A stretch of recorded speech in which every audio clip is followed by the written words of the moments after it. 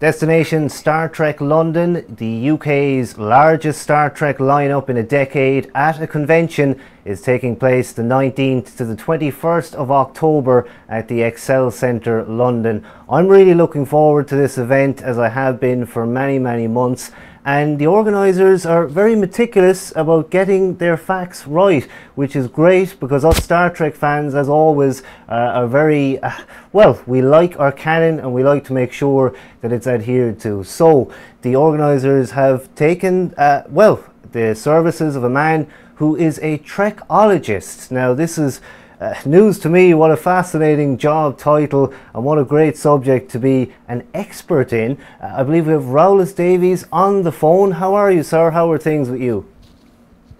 Thank you very much. I'm well. I'm awake, and I'm raring to go. Excellent. Now, this event, as I say, has been so hotly anticipated. You yourself, you must have seen this announced and been like, wow, what a lineup.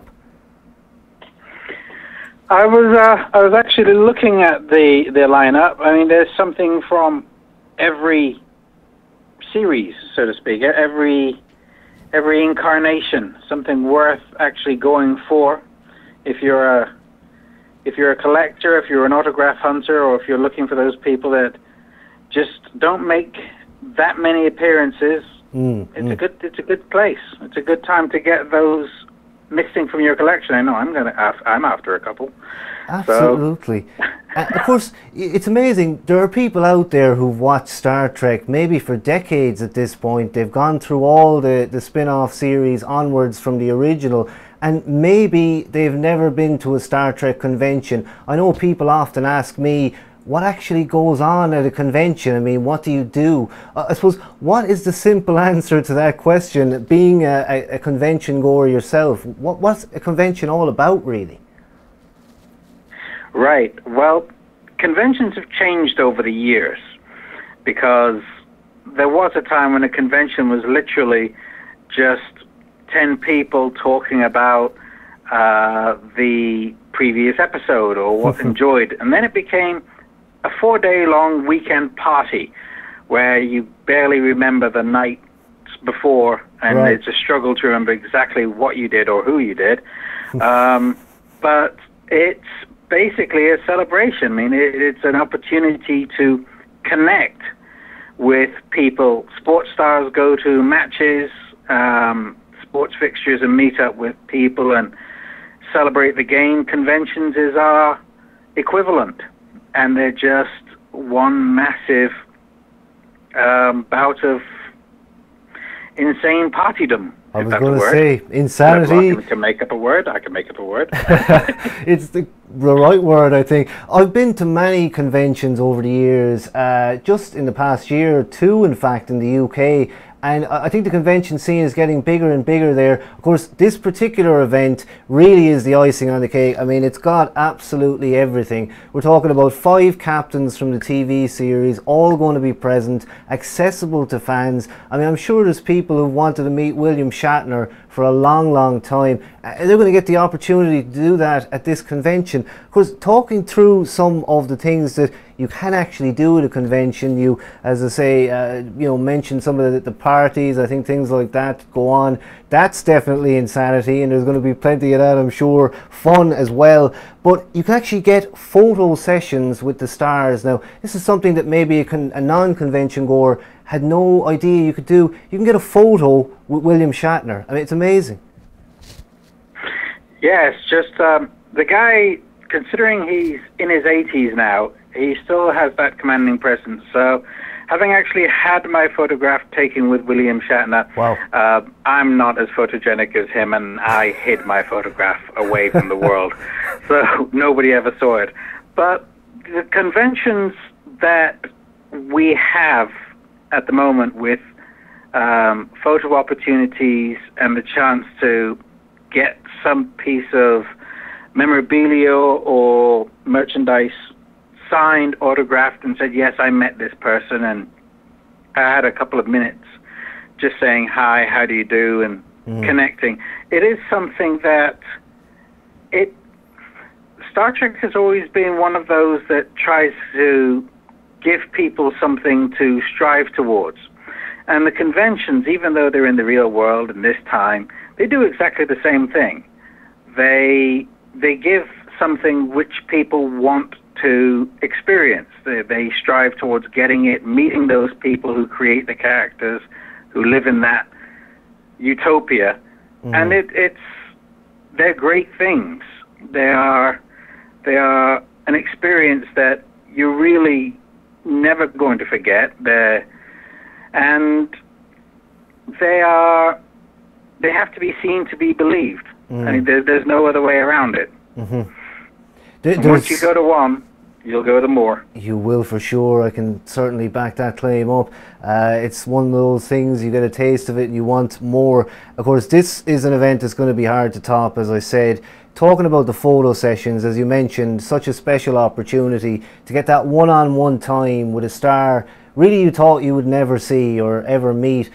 My own special photo session memory, actually, the one that sticks out for me the most was actually Avery Brooks, Captain Cisco, who's going to be at this event as well, and indeed he was just absolutely blew me away. It just takes that special, you know, as you say, connection. They only have to say a few words to you, but it means a lot when you actually get that chance, you know.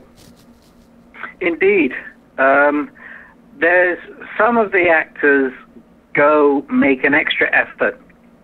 For example, J.G. Hertzler and Robert O'Reilly, who played Martok and Garon respectively, have often turned up and done photo sessions in their Klingon armor. Wow, wow. Which is again even something more. You get some that will not just engage but talk, pull funny faces, crack jokes with you, make the Vulcan salute with you just to make it that little bit more. And they know that it means a lot to people to get that opportunity. So it is something worth looking forward to. I've not met Avery Brooks yet. He's on my list. Right, right. So I'm looking forward to seeing him in London. Absolutely, that will be certainly you know, a fantastic opportunity, and indeed, as you say, to have him in London. There was a time actually he wasn't seen at any conventions. You could never find him, and I'm sure it's probably again you know, the reason why you may not have met him. For myself, it was actually the Vegas convention, which, to mention that now, to be honest with you, I think this event, to have it so close to you in this part of the world and to have so much going on, which we will get to, is just very special. And to not have to travel to the US, because that's what we were previously doing, you know. Well, unfortunately, the US has the world's biggest fan base. That's where it all is. But of course, proportionally to the population, that's to be expected. What a lot of people don't know is the UK is the second biggest fan base for Star Trek across the entire world. And if you think about the population of the UK, that's quite impressive. I've been to Vegas myself, and I'm happy to say that this is going to be very different to Vegas. This will be, I think there'll be much more personal opportunities here, a much more intimate relationship with people, where you will get the chance to have a couple of words, rather than just be swept away by the size. Absolutely. I think there'll be more at the UK at Destination Star Trek London. Absolutely, I think that's very true. It can be, as I say, very tricky to get more than a few words at those you know, US conventions. They do tend to pack them in, and at the same time, as you say, you don't get that personal deal with the star. Of course, there's so many other little interesting features that are just not typical of a convention. They're very high end. A bridge photo shoot. You can actually sit on the bridge of the classic Enterprise, have your photo taken. I'm sure you're going to be queuing up for that one, are you? Well, it's something that I first saw that that experience of a bridge photo shoot opportunity in at the 30th anniversary in Vegas. Was it the 30th? No, sorry, take that back. 40th anniversary in Vegas. Yeah, yeah. 6 years ago.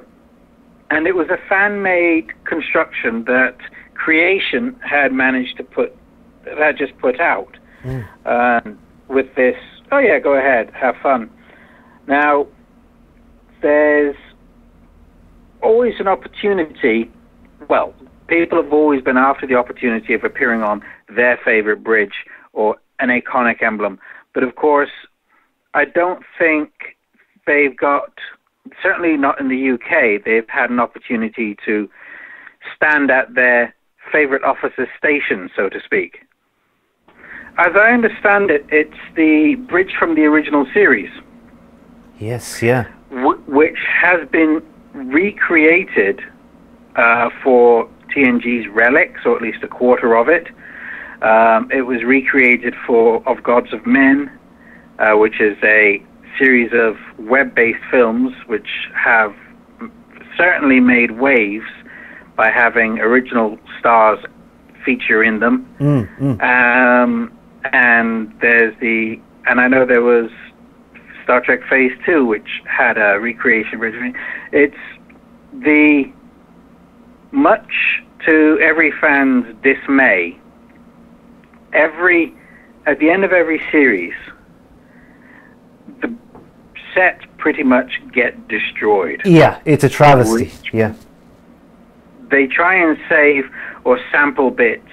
For example, here's one for you. The windows of Captain Janeway's ready room are her office basically on Voyager, are part of the windows from 10 Forward's lounge of the Next Generation. I see, yeah, They chopped them down and turned them upside down and stuck them back up. My God, and yeah. They don't even look the same, but it served to create a whole new ship. But generally speaking, these things get wiped out unless somebody raids a skip and goes, "Oh, I found a chair." Exactly. But it's either way, whether it be a genuine article or whether it just be a fan-made reproduction. For that moment you're in it, it doesn't matter. It's the real thing, and you're a captain. And that's all that counts. Indeed. Now, to get your photo on that is going to be a special moment, and again, something that just hasn't been available for you to do here. From my memory, I mean, I'm going back about 10 years that way. I suppose going to these events, and I have to think that people who went to these events and maybe haven't in recent times are going to really look at this one, and I believe there's been huge ticket sales, so it's exciting to know there's going to be that many like-minded people, I think, in one place, and I think the atmosphere is going to be electric there. Now, also talks. Now, you can actually listen to these guest actors and indeed the main actors talk through just tales of production. I mean, they get to all sorts of subjects, and of course you can ask questions as well, making it very interactive. I suppose, is there anyone you're looking forward to hearing speak at this event in particular? Well, I'm always looking forward to hear Will Shatner speak, but that's only because he's my favorite captain. Yes. I'm looking forward to, well, pretty much most of them, really. My second favorite being Kate Mulgrew. I heard her, I was present at her last appearance in the UK and heard her talk then. But those are just favorites of mine. I'll actually be honest, I'm looking forward to hearing Avery Brooks speak because I've never heard him. Yeah, definitely. I've never met him at all, so he himself is an unknown quantity, shall we say, that I'm actually looking forward to conversing with if I get the opportunity, or certainly listening to, because I'm sure he's got some wonderful stories.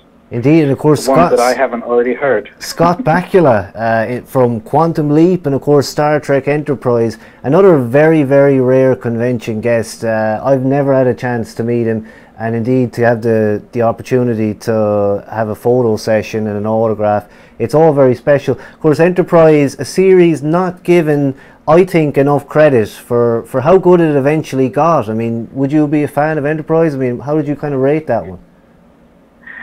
When, I'll be honest with you, Enterprise for me was a bit of a yo-yo. Because I saw the pilot at a convention when they first aired it. The first time it appeared, they aired it at a convention, and I was at that con. And when they said they were going to do it, my first thought was, oh, no, no, don't do this, don't go backwards. It doesn't work. George Lucas taught us that. And then I actually watched the pilot, and I came away going, wow, that was really, really good. I'm looking forward to this. And then I watched the series, season 1, and I thought, oh, God, this is actually not that good at all. Continuity's out the window. They're not making much sense, and what are they doing? And as I kept watching it, it went up again. Oh, this isn't bad. This is quite good. And it has been this yo-yo for me, Enterprise. It never really got the opportunity to find its feet, and I think that's probably because everybody else was probably going through the same yo-yo experience as I was, and wasn't sure what they were looking at. Yeah, that's it. And of course, by the time it was at season 4, it really took off, and it could have done so much more. But I wanted to ask you briefly as well, you know, many people in the UK will already be very familiar with you, of course, on CBS Action, where we see episodes of Star Trek The Next Generation, here in Ireland as well, and other Star Trek franchise series. You present the inserts before and after episodes. Of course, there's a story behind this, which I was reading, and it's quite amazing, but apparently you were spotted at a convention and the producers asked you to do this. I mean, how did it work out? Well, pretty much. I'm not entirely sure. I put it down to excessive flirting. So, you know, there you go. If you're looking for something, just flirt with the really cute person behind the camera. But it was at a convention. Everybody has their favorite conventions which they go to, and that's one of mine. And I was there meeting other Trekkies, and this camera appeared in front of me because I was in uniform, and I was asked, do you mind if we have a couple of words? No, not at all. And I think it's one of the things about Star Trek is it's an open door. It's something that attracts all manner of people. The bullied, the low self-esteem, the whatever interest you have, whichever approach you come from, a lot of people gravitate towards whatever your sexual preference, your ethnic background. Star Trek paints a picture of a wonderful future, so people go to that. The problem is, Star Trek also attracts those that might not be as confident with social interaction. Everybody's seen The Big Bang Theory, and they are a prime example of people that maybe not be able to talk to a girl or only speak in binary. But I actually managed, I think, in that brief exchange, to present myself in a way that I have a tongue in my mouth. I can communicate, and I think that was one of the elements that they gravitated towards. So I think I just got lucky, and it just goes to show that, you know, a life without a girlfriend doesn't always end badly. Is that an ongoing thing? I mean, are you still filming inserts? Is there more planned to happen with that in the future? Sorry, say that again, please. Are you planning on actually continuing that role? Will there be more sort of inserts and bits recorded for episodes in the future with CBS Action?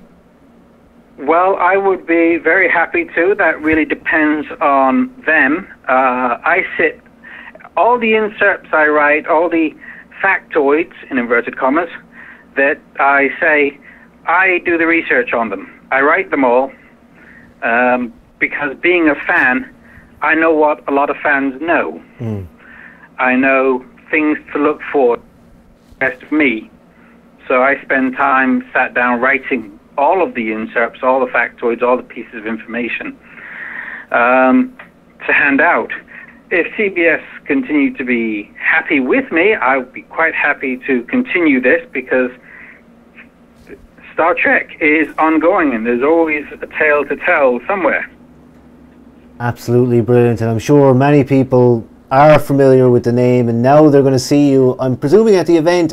You're going to be there in full uniform at Star Trek London?